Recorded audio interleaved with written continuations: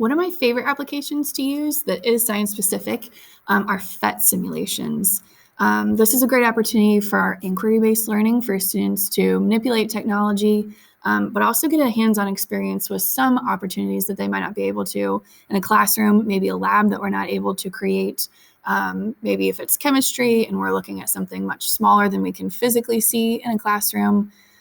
And especially in the day and age of COVID, giving them the opportunity to still complete labs when we're not permitted to share lab supplies and work in close proximity to other students.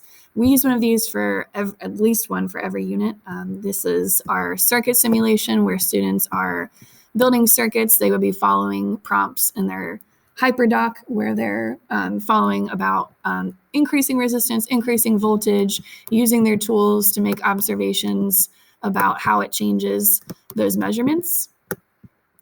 Again, like I mentioned for chemistry, things that we aren't able to see in a classroom, understanding atoms, the configuration of atoms, how that change in neutrons affects the isotope, being able to calculate the mass and the AMU, understanding the abundance in nature, physically observing and seeing how that isotope becomes unstable.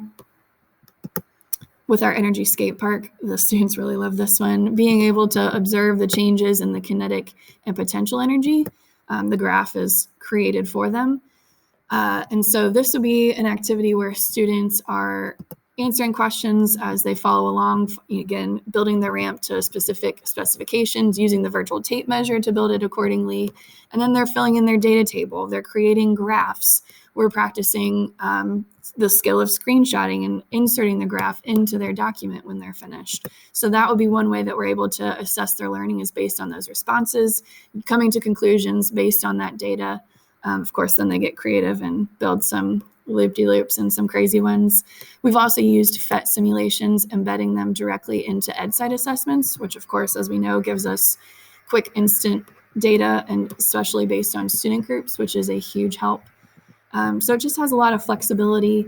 Students are creating a product. So not only is it that hands-on inquiry based, but they're creating something out of it to come to those conclusions.